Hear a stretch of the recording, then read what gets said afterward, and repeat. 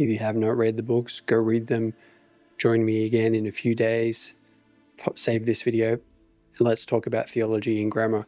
You shall not pass, very important scene.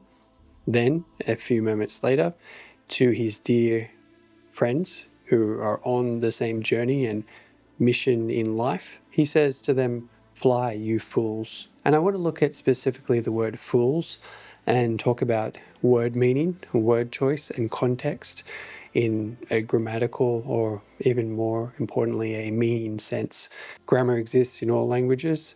There are certain ways that you can use it, maybe as a poet, as a linguist, and you know how to convey meaning, even though you may break some standard rules. And languages are always evolving. Anyway, I didn't mean to go into all that, but there are some of my thoughts on grammar and language. So focusing more on meaning here, and I guess maybe I'm being a little bit non-revealing of all of the meaning that I'm trying to convey in this video, because I thought I would talk about grammar, and now I realize it's a little bit more deeper than that. And if you've known any of my videos, I do go into philosophy and theology. When Gandalf uses the word fools, which is often in modern speech, a fool, used to belittle or to alter someone's perception of their intelligence, to make them realize that they have a lower intelligence than the speaker, and insult. He isn't really insulting them in a way that is harmful. Or you could say he isn't really insulting them. He's pressing on their minds the importance of what they have to do. "Fly, you fools," I think is the whole quote, and I'll put it there below. He wants them to continue on in their mission and not to wait and look or dwell or mourn because it wasn't the time. And I want to think a little bit more deeply about word choice. I will put below the quote of Jesus where he actually refers to a similar word, fools.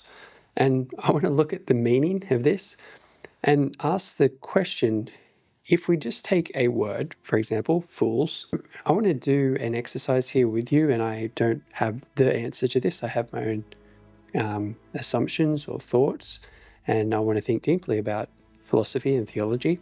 When Jesus himself said, if you call someone a fool, and I think the word there is like R-A-C-A, is that Aramaic, or I'll put it below.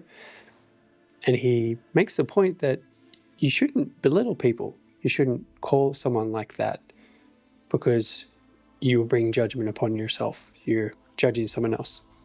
And I also wonder what the context of that is, how when we use language endearingly, and it's seemingly could also be in a different context, insult.